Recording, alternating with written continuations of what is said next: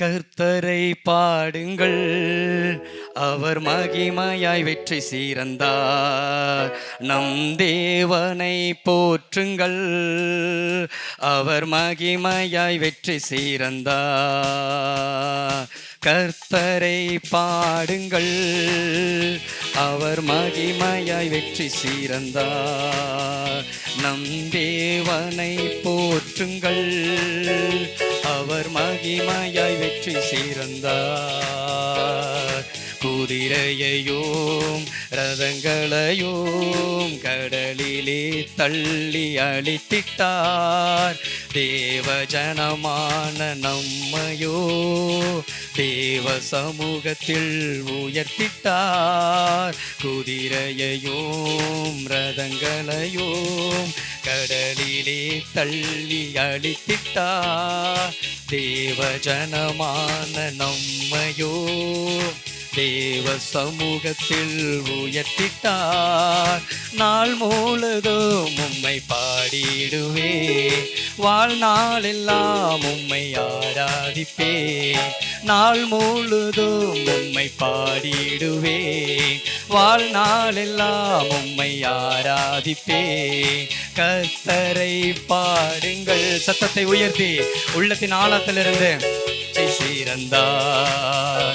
நம் தேவனை போற்றுங்கள், அவர் மகிமையாய். கர்த்தரை பாடுங்கள், கர்த்தரை பாடுங்கள், அவர் மகிமையாய் வெற்றி சீரந்தார். நம் தேவனை போற்றுங்கள், அவர் மகிமையாய் வெற்றி சீரந்தார்.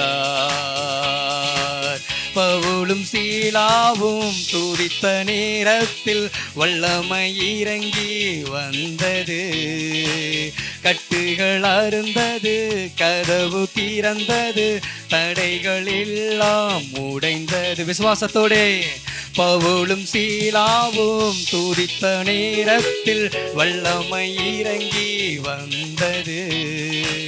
கட்டுகள் அருந்தது, கதவு திறந்தது, தடைகள் எல்லாம் உடைந்தது. இப்போ எங்கள் மேலே இறங்கிடுமே, உம் வல்லமையினால் நிரப்பிடுமே. இப்போ எங்கள் மேலே இறங்கிடுமே, உம் வல்லமையினால் நிரப்பிடுமே. நாள் முழுதும் உம்மை பாடிடுவே, வாழ்நாளெல்லாம் உம்மை ஆராதிப்பே. நாள் முழுதும் உம்மை பாடிடுவே, வாழ்நாளெல்லாம் உம்மை ஆராதிப்பே. கர்த்தரை பாடுங்கள், அவர் மகிமையாய் வெற்றி சீரந்தார். உற்சாகத்தோடு கரங்களை தட்டி உற்சாகமாய் உள்ளத்தின் ஆழத்திலிருந்து என்னையும் ஒரு சாட்சியான கர்த்தருக்கு ஸ்தோத்திரம். போன மார்ச் மந்த் வந்து என்னோட 12th பப்ளிக் எக்ஸாம் எழுதினேன். ஸ்கூலில் இருந்த வரைக்கும், ஸ்கூல் எக்ஸாம் எழுதின வரைக்கும் நான் ஒரு ஆவரேஜான மார்க் தான் எடுப்பேன். 600னா ஒரு 500 அந்த மாதிரி தான் எடுப்பேன். ஒரு 80% அந்த மாதிரி தான் வரும். டீச்சர்ஸ் எல்லாம் சொல்லுவாங்க, நீங்கள் இங்கே என்ன எடுக்கிறீங்களோ அதுலேருந்து ஒரு 2 மார்க் அதிகமாக வரும் அப்படின்னு சொல்லுவாங்க. நான் அப்போ எனக்கும் ஒரு நம்பிக்கையே இல்லை, நான் 500 தாண்டுவேனா அப்படிங்கிற ஒரு நம்பிக்கையே இல்லை. அப்போ தான் வந்து இந்த மாதம் வாக்குத்தத்த ஆராதனைக்கு வந்தப்போ வாக்குத்தத்தை கொடுத்தாங்க, உலகத்தில் இருக்கிறவனிலும் உங்களில் இருக்கிற பெரியவர் அப்படின்னு. அதை நான் நம்பினேன், அதை விசுவாசித்தேன், அதுக்காக ப்ரேயர் பண்ணேன். அதே போல் எனக்கு டீச்சர்ஸ் சொன்னதெல்லாம் நான் கேட்கல, நீ கம்மியாக தான் எடுப்பேன் அந்த மாதிரிலாம் நிறைய பேர் வந்து எனக்கு ரொம்ப டீமோட்டிவேட்டாக தான் சொன்னாங்க. அதெல்லாம் நான் கண்டுக்கல. அப்போ ப்ரேயர் பண்ணப்போ எனக்கு வந்து போன வாரத்தில் ரிசல்ட் வந்துச்சு. அது ஸ்கூலில் எடுத்ததை விட 50 மார்க் அதிகமாக எடுக்க தேவன் உதவி செஞ்சார். 600க்கு 550 எடுக்கவும், அப்புறம் 92% எடுக்க கிருபை செஞ்சார். நல்ல காலேஜில் அட்மிஷன் எடுக்க உதவி செஞ்சார். அதுக்காக ஸ்தோத்திரம். 1 யோவான் புஸ்தகம் 4ஆம் அதிகாரம் 4ஆம் வசனத்தின் பிற்பகுதி சொல்லப்பட்டிருக்குது, உலகத்தில் இருக்கிறவனிலும் உங்களில் இருக்கிறவர் பெரியவர். அல்லேலூயா. இந்த உலகத்தில் சில காரியம் பெருசாக இருக்குது. என்ன பெருசாக இருக்குது? இந்த உலகத்தில் என்னெல்லாம் பெருசாக இருக்குன்னு நீங்கள் சொல்கிறீங்க? பிரச்சனை பெருசாக இருக்குதா? ஸ்தோத்திரம். பிரச்சனை பெருசாக இருக்குது பாஸ்டர். ஓகே, வேறு என்ன பெருசாக இருக்குது? வேறு என்ன பெருசாக இருக்குது சொல்லுங்கள் பார்க்கலாம். என்னங்க? மலைகள் பெருசா இருக்குது. ஓகே, அப்புறம் ஏசப்பா என்னை கேட்டக்கூடாது. ஏசப்பா சோத்திரம் சோத்திரம் சோத்திரம் சோத்திரம். சொல்லுங்க பார்க்கலாம். என்னங்க? பணம் பெருசா இருக்குது. வெரி குட், பணம் பெருசா இருக்குது. அப்புறம் வேற? வியாதி பெருசா இருக்குது. Okay okay. அப்புறம் என்னதா? Pacific Ocean. வெரி குட்யா, பசிபிக் ஓஷன் பெருசு. ஆமாம், குட் குட்.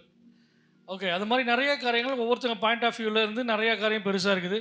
ஒரு சில காரியங்கள் நீங்கள் யோசிச்சுக்கலாம், இதெல்லாம் பெருசு அதெல்லாம் பெருசு அப்படின்னு நினச்சிட்டுக்கலாம். ஆனால் ஆண்டவர் சொல்கிறாரு இந்த வசனத்தில், உலகத்தில் இருக்கிற எல்லா பெரியவைகளை காட்டிலும் உங்களுக்குள் இருக்கிற, அப்படி தானே போட்டிருக்குது. அவர் எங்கே இருக்கிறாராமா? நமக்குள்ள இருக்கிறார். உங்களுக்குள்ள இருக்கிறவர் அவர் பெரியவர். அல்லேலூயா. உலகத்தில் இருக்கிற பிரச்சனைகளை காட்டிலும், உலகத்தில் இருக்கிற ஆசாபாசங்களை காட்டிலும், பணத்தை காட்டிலும், பெயரை காட்டிலும், பிரஸ்தாபங்களை காட்டிலும், பெரிய பெரிய மாளிகைகளை காட்டிலும், எல்லாவற்றை காட்டிலும் நமக்குள்ளே இருக்கிறவர் அவர் பெரியவர். ஹல்லேலூயா. சின்ன பிள்ளையா இருந்தாலும் அவர்களுக்குள்ள பெரிய ஆண்டவர் உள்ளே இருக்கிறார். ஆமென். நான் இந்த நாளிலே ஒரு சில காரியங்களை மாத்திரம் நான் சீக்கிரமாக நான் சொல்ல விரும்புகிறேன்.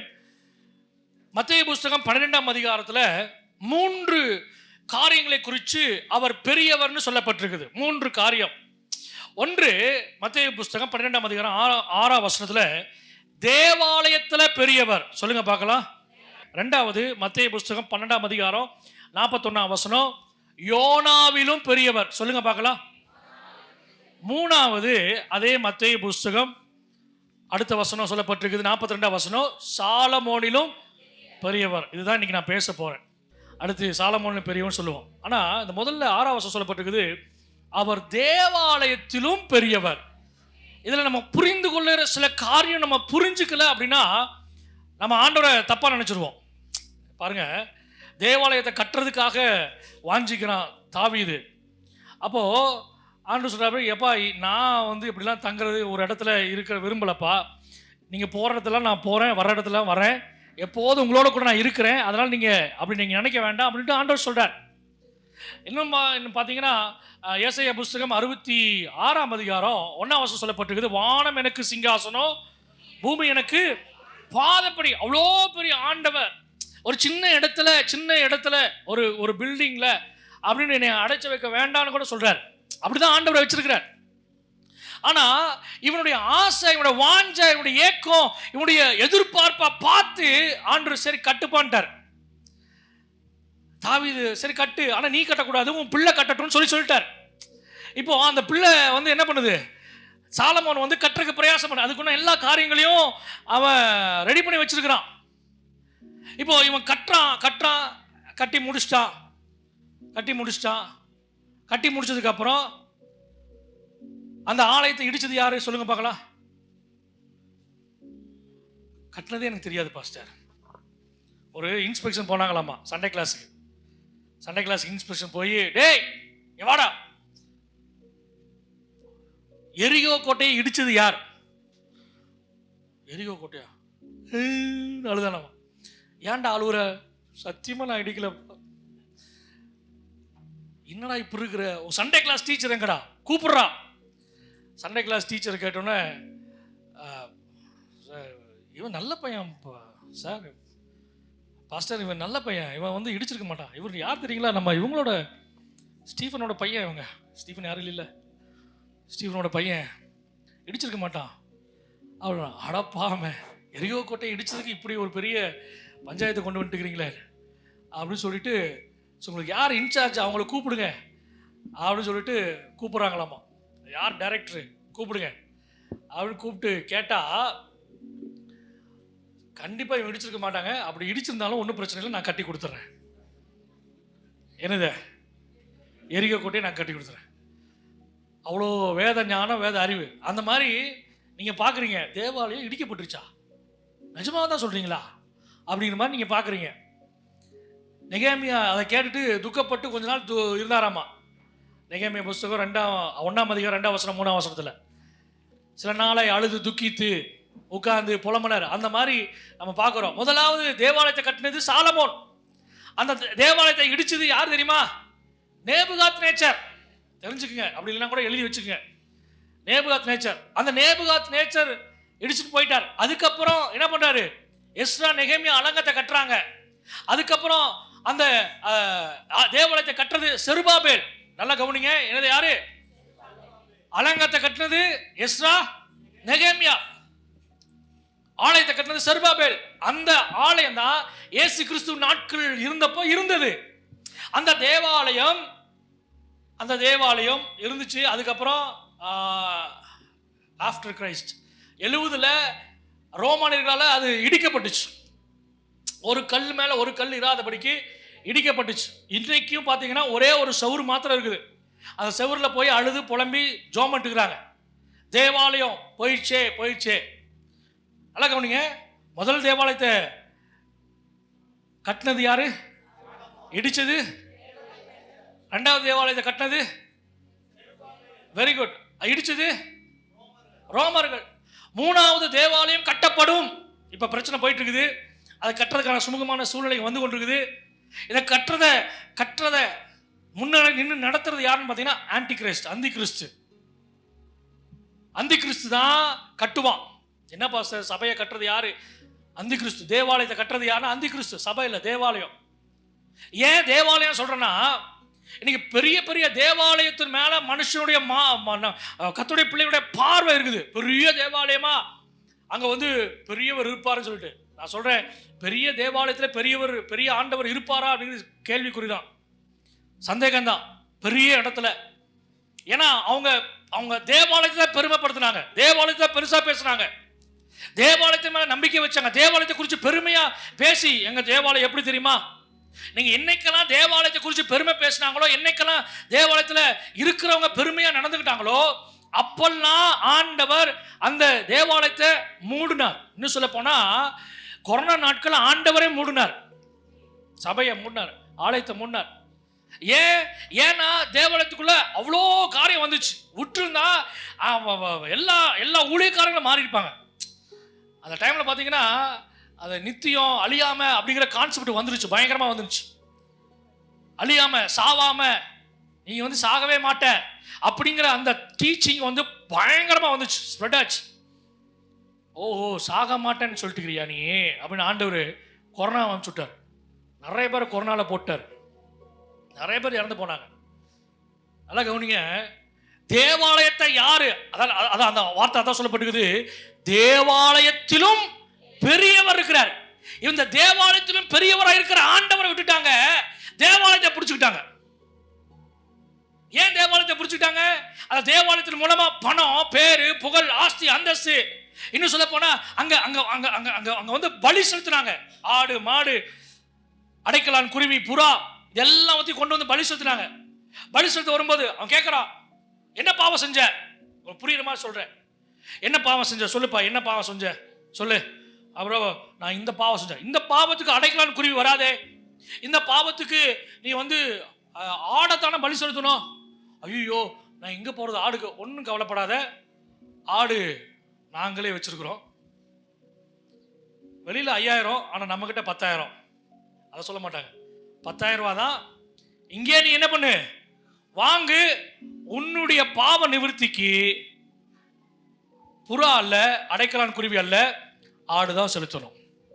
அதனால நீ வெளியில போய், ஏன்னா இன்னொன்னு பாருங்க, இவங்க பலி செலுத்துறதுக்காகவே அந்த காசு கொடுத்து வாங்கணுங்கிறதுக்காகவே இவங்க உள்ளேயே பிசினஸாவே மாத்திட்டாங்க.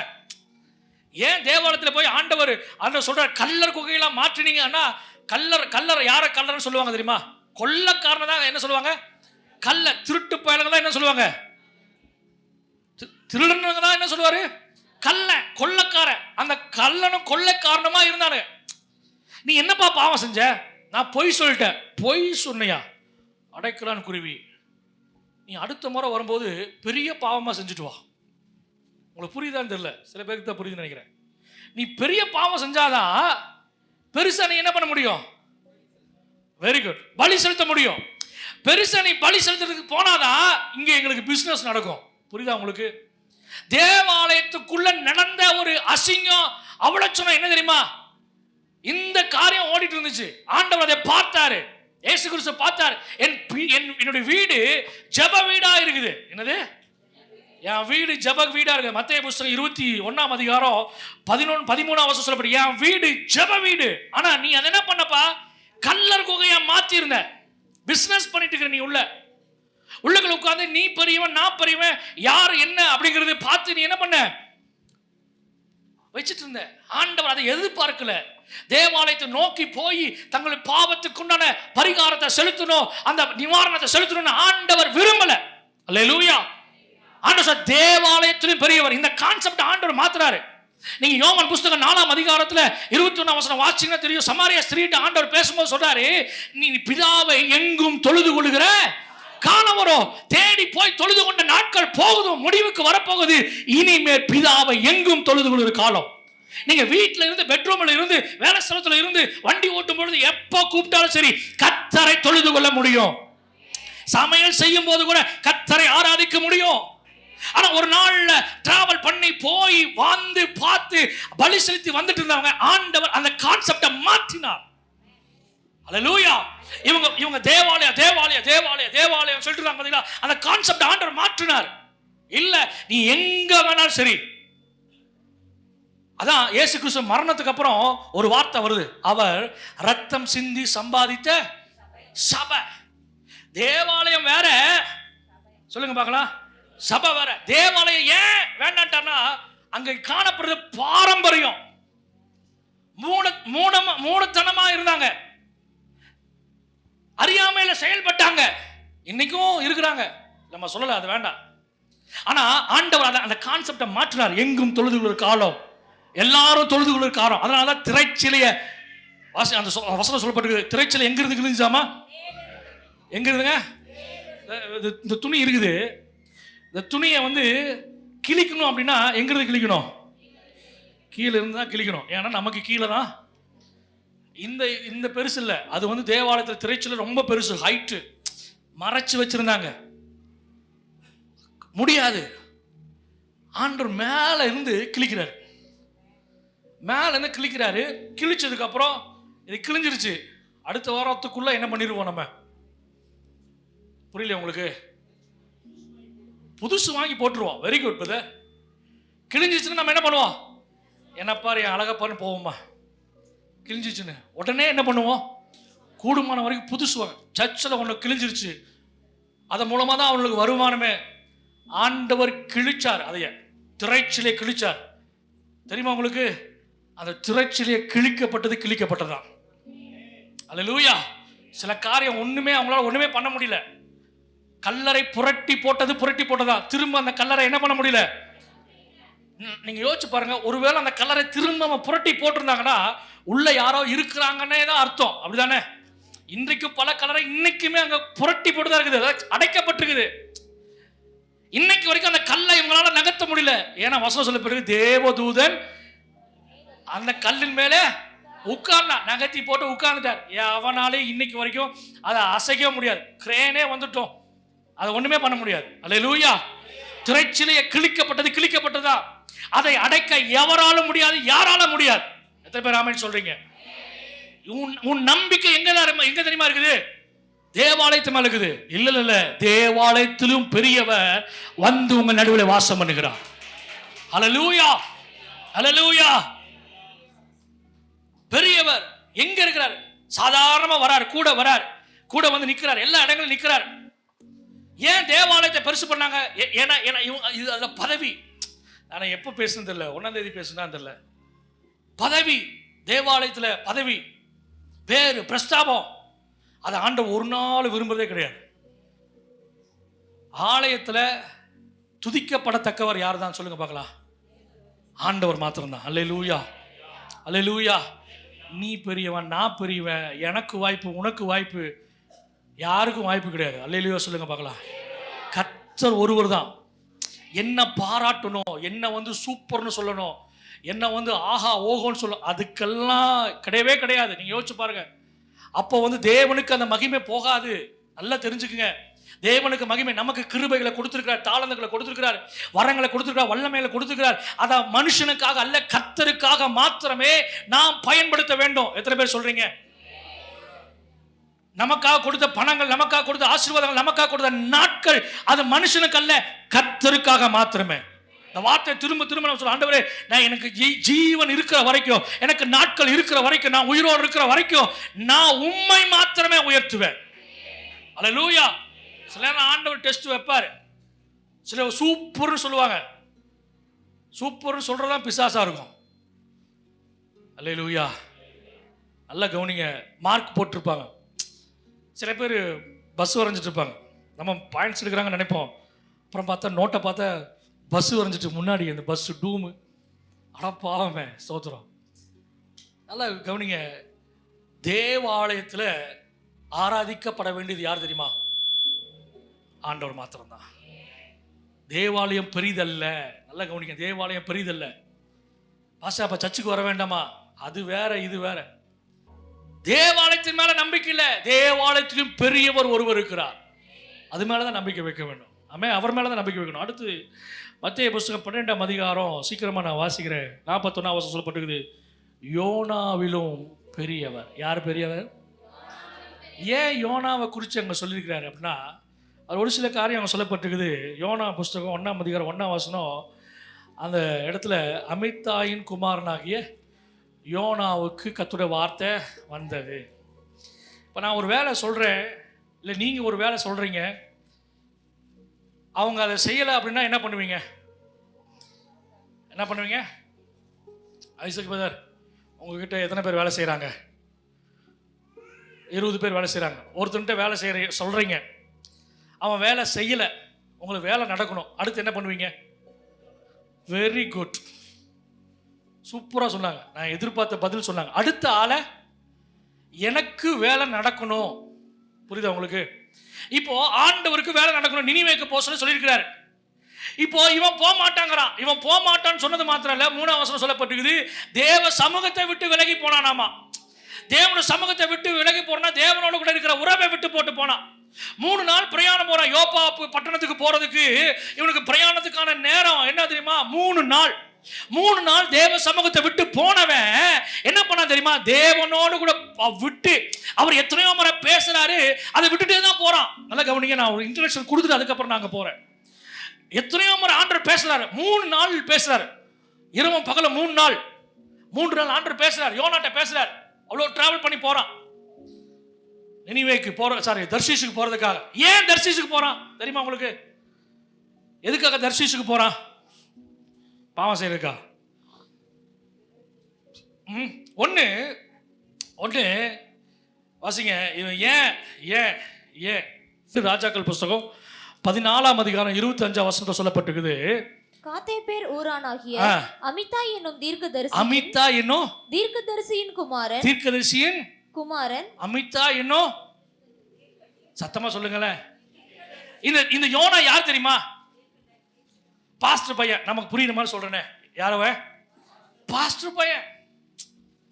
என்னங்க, நீங்க நல்லா கவனிங்க. அதாவது அவங்க மேல ஒரு டெடிகேஷன் இருக்கு பாத்தீங்களா? அவங்க மேல ஒரு தீர்மானம், பொருத்தனை, பிரதிஷ்டை இருக்கு பாத்தீங்களா? அந்த பிரதிஷ்டை அப்படியே அவங்க பிள்ளைங்க மேல வந்திருக்குது. நல்லா கவனிங்க. சில நேரங்களில் நம்ம சில தீர்மானம் எடுக்கிறோம், நல்லா பொருத்தனை எடுக்கிறோம், பிரதிஷ்டை பண்றோம். அந்த பிரதிஷ்டைக்கு உரியவங்க எத்தனை முறை, இது எப்படி நீங்க புரிஞ்சுக்கிறீங்க தெரியல, எப்படி விலகி போனாலும் சில நேரங்களில் ஏன் ஆண்டவர் உங்களையே தொடர்ந்து வராரு தெரியுமா? நீ தான்ப்பா செய்யணும், நீ தான்ப்பா பண்ணி ஆகணும், உன்னை கொண்டு தான்ப்பா நான் செய்வேன். ஏன் தெரியுமா? ஏன்னா என்னைக்கோ எப்பவோ எதனாலேயோ ஒரு தீர்மானம் பண்ணிருப்பீங்க, ஆண்டவரே என்னை பயன்படுத்தும், ஆண்டவரே என்னை உபயோகப்படுத்தும், ஆண்டவரே என் சித்த அல்ல, என் பிளான் அல்ல, உங்க பிளான் படி நீங்க நடத்துங்க ஆண்டவரேன்னு சொல்லி நமக்கு தெரிஞ்சோ தெரியாமலோ ஒப்பு கொடுத்துருப்போம். நான் மறுபடியும் சொல்றேன், தெரிஞ்சோ தெரியாமலோ ஒப்பு கொடுத்துருப்போம். அந்த வார்த்தையை நீங்க கூட மறந்துருப்பீங்க, கர்த்தர் மறக்க மாட்டார். அல்லேலூயா. ஒரு தீர்க்கதரிசி பையன் மேல இருந்த பிரதிஷ்டை, அபிஷேகம், அவன் எத்தனை முறை விலகி போனாலும் ஆண்டவர் அவனோட திரும்ப திரும்ப திரும்ப திரும்ப பேசுறார், நீ தான்ப்பா. நிறைய தீர்க்கதரிசிகள் அந்த நாட்கள் இருந்த போதிலும் கர்த்தர் யோனாவை தெரிந்து கொண்டார். நீ தான் போகணும். 3 நாள் பிரயாணம் பண்ண போறான். அவன் கப்பல் ஏறி போறான். இந்த நாட்கள்ல அது சவுத் ஸ்பெயின் அப்படி சொல்றாங்க. அந்த இடத்துக்கு போறான். அந்த தர்ஷீஷ், அந்த தர்ஷீஷ்ல என்ன இருக்குது? ஏன் தர்ஷீஷ்? ராஜாவுக்கு சமுத்திரத்திலே ஈராமின் கப்பல்களோட கூட தர்ஷீஷின் கப்பல்களும் இருந்தது. தர்ஷீஷின் கப்பல்கள் 3 வருஷத்துக்கு ஒரு தரம் பொன்னையும் வெள்ளியையும் யானை தந்தங்களையும். ஃபர்ஸ்ட் என்ன வருது சொல்லுங்க பார்க்கலாம். பொன்னுன்னு சொல்லும் போதே நமக்கு என்ன ஞாபகம் வருது? பொண்ணு கிடையாது, தோடு. என்னங்க? கோல்டு. சூப்பர். காதுல கழுத்துல எங்கெங்கெல்லாம் கிடைக்குமோ அங்கெல்லாம் வாங்கி பீரோக்குள்ள பேங்க்ல வச்சுட்டு இருக்கோம் பார்த்தீங்களா? பொண்ணு. நான் சொல்றேன், அதுக்கு நான் எகெயின்ஸ்டாகவும் பேசல, ஆதரவும் தெரிவிக்கல. நான் எங்கிட்ட ஒருத்தர் கேட்டாங்க, இது நகை அப்படின்னா, எனக்கு சத்தியமாக சொன்ன 1% கூட நகையை பற்றி எனக்கு ஐடியா இல்லை அப்படின்ட்டேன். எனக்கு இன்னை வரைக்கும் கேரட்னு சொல்கிறாங்க. அந்த கேரட்னு சொல்லும் பொழுது எனக்கு கேரட்டை தான் ஞாபகம் வரும். இந்த கேரட் எனக்கு ஞாபகம் வரல. அதுக்காக கர்த்தருக்கு ஸ்தோத்திரம். என்ன பாஸ்டர் இப்படி இருக்கிறீங்க? கேட்டது ஒரு பாஸ்டரோட ஃபேமிலி. இது போய் தெரியாதா? தெரியாது. அந்த லைன்லேயே கர்த்தர் எங்களை அலோவ் பண்ணலை. அல்லேலூயா. பொண்ணு வாங்கி சில பேர் வீட்லேயும் பீரோவில் வச்சுருப்பாங்க. சில பேர் அதோட சேஃப்டியான பேங்க்லேயும் வச்சுருப்பாங்க, அடமானம் வச்சுருப்பாங்க. ஸ்தோத்திரம். சில பேர் புரியல பாருங்க, கர்த்தர் நல்லவர். பொண்ணு பாருங்க, எசேக்கியேல் புஸ்தகம் 28ஆம் அதிகாரம் 13ஆம் வசனம். இந்த பொண்ணு யாரை குறித்து சொல்லப்பட்டிருக்குது? வாசிங்க. எசேக்கியேல் புஸ்தகம் 28ஆம் அதிகாரம் 13ஆம் வசனம். நீ தேவனுடைய தோட்டம் ஏதேனில் இருந்தா பத்மராகம், புஷ்பராகம், வைரம், படிக பச்சை, கோமேதகம், யஸ்பி, இந்திரநீலம், மரகதம், மாணிக்கம் முதலான சகலவித ரத்தினங்களும் பொன்னும் உன்னை மூடிட்டு இருந்துச்சு. நீங்க பாருங்க, இன்னைக்கு சில விக்கிரகங்களுக்கு படைக்கப்படும் பொழுது, சில விக்கிரகங்களை இது பண்ணும் பொழுது எதனால வச்சிருப்பாங்க தெரியுமா? என்னங்க பாத்திருக்கீங்களா? பார்த்து இல்லையா? பொண்ணுனால அப்படியே டெக்கரேட் பண்ணி வச்சிருப்பாங்க, அலங்கரிச்சு வச்சிருப்பாங்க. இங்க பொண்ணு அப்படின்னு பாத்தீங்கன்னா அது பிசாசுக்கு உண்டான, அவன் விரும்பினது. அவன் எதை அதிகமா விரும்பலாம் தெரியுமா? இதைத்தான் விரும்பினா. அதனாலதான் சொல்ற, பிசாசு எதை விரும்புறானா அதை நம்ம விரும்பக்கூடாது. அதே போல அவன் வந்து அதிகமா விரும்பி விளையாடுறது எதுக்கிட்ட பார்த்தீங்கன்னா சர்ப்பத்துக்கிட்ட. அதனாலதான் ஏவாளை வஞ்சிக்கிறதுக்கு எதை மூலமா வரான் தெரியுமா? சர்ப்பத்து மூலமா வரான். கவனிக்கிறீங்களா? அவனுக்கு எது பிடிக்குமோ அதைத்தான் அவன் எடுத்துக்குவான், சூஸ் பண்ணுவான். இப்ப அவனுக்கு பிடிச்சத நம்மளும் எடுத்து என்ன பண்ணிக்கிறோம்? பாக்கெட்ல வச்சுக்கிறோம், கழுத்துல போட்டுக்கிறோம், அங்க போட்டுக்கிறோம், இங்க போட்டுக்கிறோம். நீங்க போட்டுக்க வச்சுக்க, என்னமா பண்ணுங்க. ஆனா அதுல அடிக்ட் ஆயிராதீங்க. நான் சொல்ற எத்தனை பேருக்கு புரியுது? அல்லேலூயா. கூடுமான வரைக்கும் ஆண்டவர் வருகைக்குள்ள சீக்கிரமா எல்லாத்தையும் விட்டுட்டு விலக்கிட்டு. ஆமேன். வரமாட்டேங்குதே. ஸ்தோத்திரம். அல்லேலூயா. நீங்க விலக்கிட்டு பாஸ்டர் குண்டுன்னு சில பேர் பாருங்க, செயினா அது அல்லது நாய் செயினான்னு கூட தெரியாது, அவ்வளோ பெருசா இருக்கும். சில பேர் பார்த்தீங்கன்னா வீடியோவில் பார்த்தீங்கன்னா எப்படிதான் அதெல்லாம் தாங்கிட்டு போட்டுட்டு உட்காந்துருக்கிறான்னு தெரியல. அவ்வளோ அதில் கையில் 5 விரலையும் போட்டுருக்கானு. அது என்ன விளக்கம் கொடுக்குறாங்கன்னு அவனுக்கே தெரியல, நமக்கு புரியல ஒன்றும் விளக்கம். எப்படி சாப்பிடுவானுங்கன்னு தெரியல. 5-10 விரலையும் போட்டுருக்கான், விட்ட 1/4 விரலையும் போட்டிருப்பான். நாட்டு எங்கெல்லாம் என்னெல்லாம் பண்ண முடியும்? பொண்ணுனா அது பிசாசு குண்டான காரியம். அதுலயே பாருங்க 4ஆம் வசனம் சொல்லப்பட்டிருக்குது. வாசிங்க. அவன் என்ன பண்ணானாமா? வாசிங்க. எசேக்கியேல் 28:4.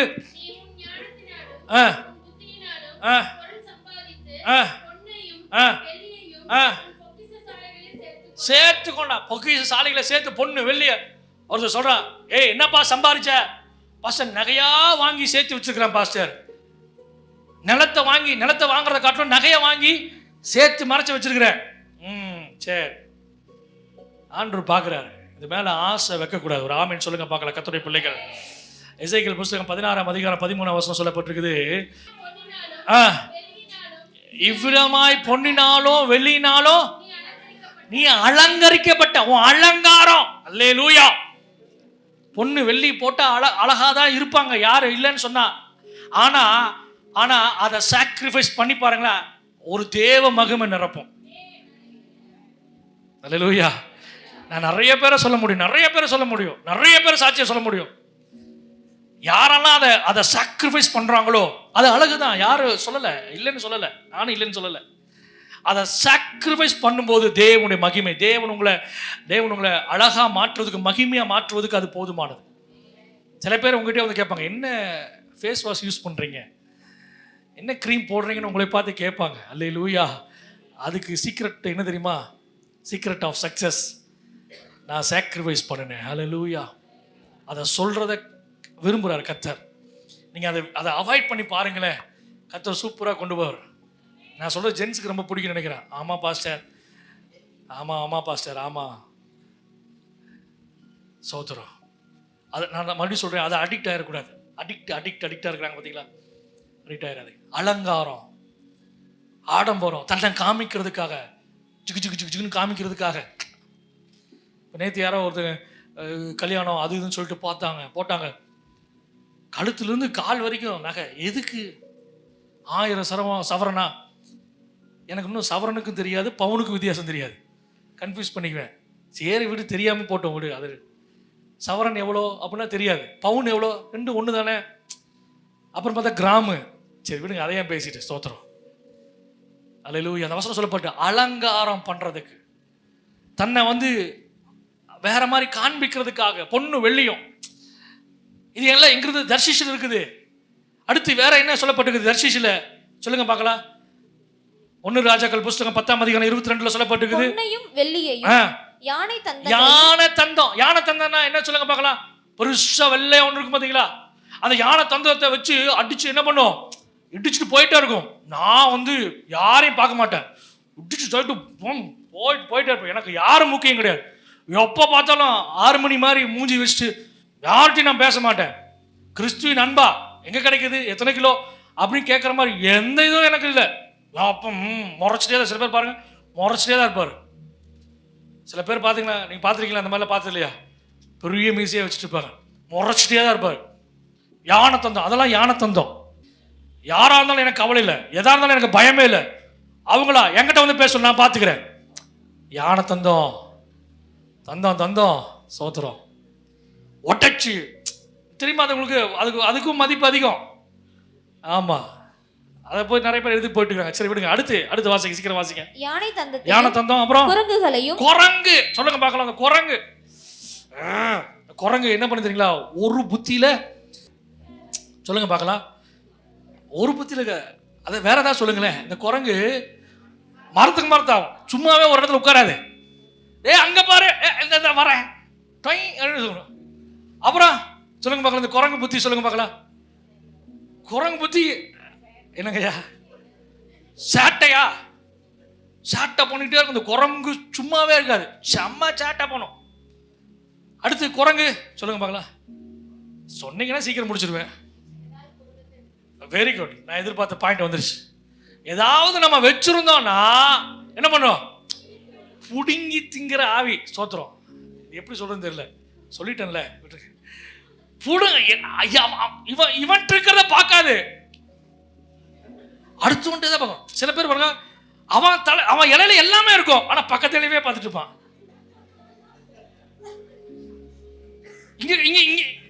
இங்க பாப்பா, அப்புறம் இங்க வச்சுட்டு இங்க வைக்காம போயிட்டான் அப்படின்னா அவ்வளவுதான். நீங்க எத்தனை பேர் அது அனுபவம் இருக்குன்னு தெரியல. ஸ்தோத்திரம். பார்த்துட்டே இருப்பான். தம்பி அண்ணனுக்கு சில்லி கொண்டு வாப்பா அப்படிமா, பக்கத்துல போட்டுட்டு அப்படியே எனக்கு கொஞ்சம் போடுப்பா. இவனுக்கு எனக்கு வேணும்னு சொல்றதுக்கு வெக்கம், ஆனா என்ன அண்ணனுக்கு கொடுங்கப்பா. இந்த குரங்கு புத்தி. சில பேர், நான் இது எங்க பேசல, வசனத்துல தான் பேசுறேன்.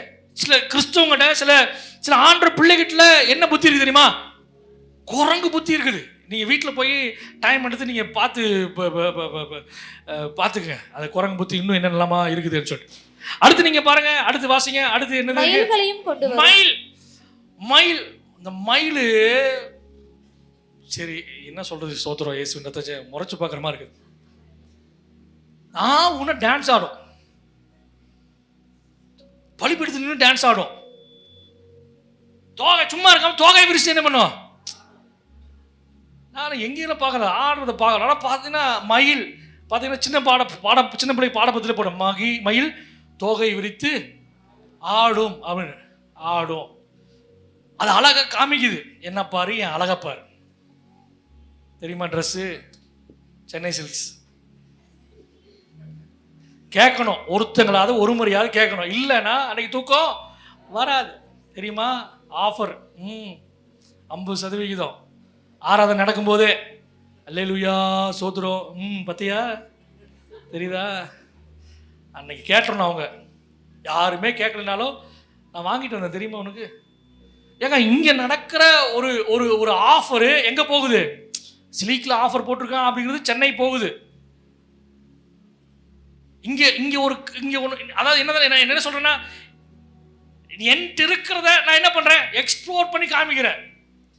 இதுதான். இப்போ இந்த கேரக்டர் உள்ள இடம் எங்க தெரியுமா? சொல்லுங்க பார்க்கலாம். தர்ஷிஷ். Very good, தர்ஷிஷ்.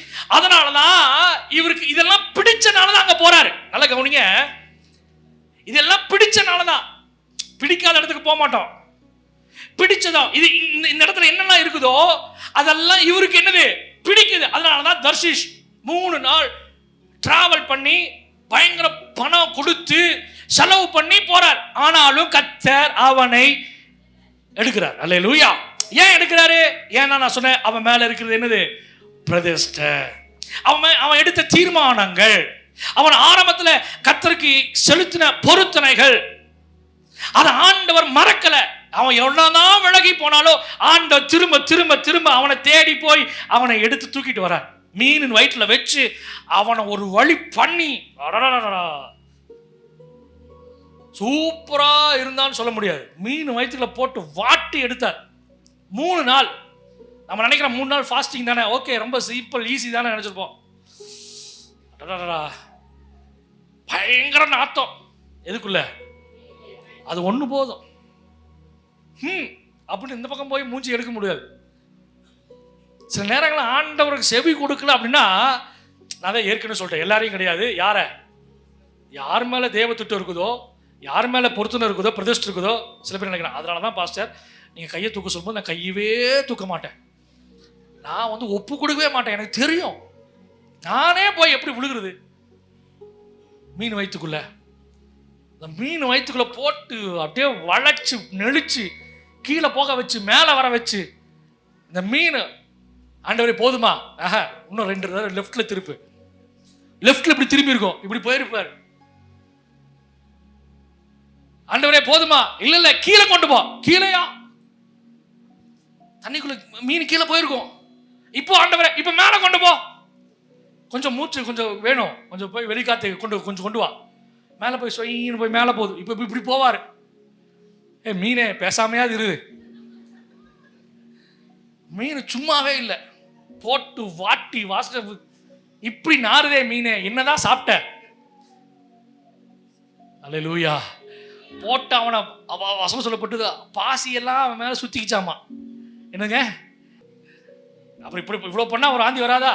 சும்மா ஒரு ஏர் பேண்டு அந்த இதுக்கு என்னது கொடைக்கானல் மூணாறு ஊட்டி போனாவே வாந்தி எடுக்கிறாங்க நம்ம ஆட்கள். நான் விசாரிச்சேன் எத்தனை பேர் யாரை வாந்தி எடுத்தா, எல்லாருமே வாந்தி பாஸ்டர். ஒரு 15-16 பெண்டுக்கு வாந்தினா இந்த மீனில் வயிற்றுல வாந்தி இல்லாமல் இருந்திருக்கும். ஒன்றும் சாப்பிடல பாஸ்டர், அதனாலும் வந்துச்சு பாஸ்டர். போட்டு பிரதிஷ்டை பண்ண நீ ஆண்டு சத்தத்தை கேட்காம சும்மா தர்ஷிஷுக்கு போவேன். தர்ஷிஷுக்கு போனா இதுவும் அனுபவி. அல்லேலூயா. பாஸ்டர் எனக்கு ஒண்ணுமே நடக்கல, இனிமேல் நடக்கும். கர்த்தர் நல்லவர். அல்லேலூயா. இனி மீன் வயிற்றுக்குள்ள போடுவாரு. இங்க போன நம்ம கதை கேட்கிறோம். நம்ம சின்ன சும்மா மீனை தூக்கி போட்டா கடலை போட்டாங்க, வந்து வாய் அப்படி கவிட்டு போயிடுச்சு. நீங்க நல்லா கவனிங்க, 3 நாள் மீன் சாப்பிடல, ஜீரணமாகல. கவனிச்சிங்களா? நம்ம சாப்பிட்டது ஜீரணம் ஆகுதா? ஆயிருது. மட்டன் சாப்பிட்டாலும் சிக்கன் சாப்பிட்டாலும் முழு கிரில் சாப்பிட்டாலும் அடுத்த நாள் ஜீரணமாயிருது. ஆனா இந்த மீன் சாப்பிட்ட யோனா 3 நாளா டைஜஷன் ஆகல. ஆண்டவர் பாதுகாத்தார். ஏன்னா அவன் மூலம் இன்னும் பேலன்ஸ் திட்டம் இருக்குது. அல்லேலூயா.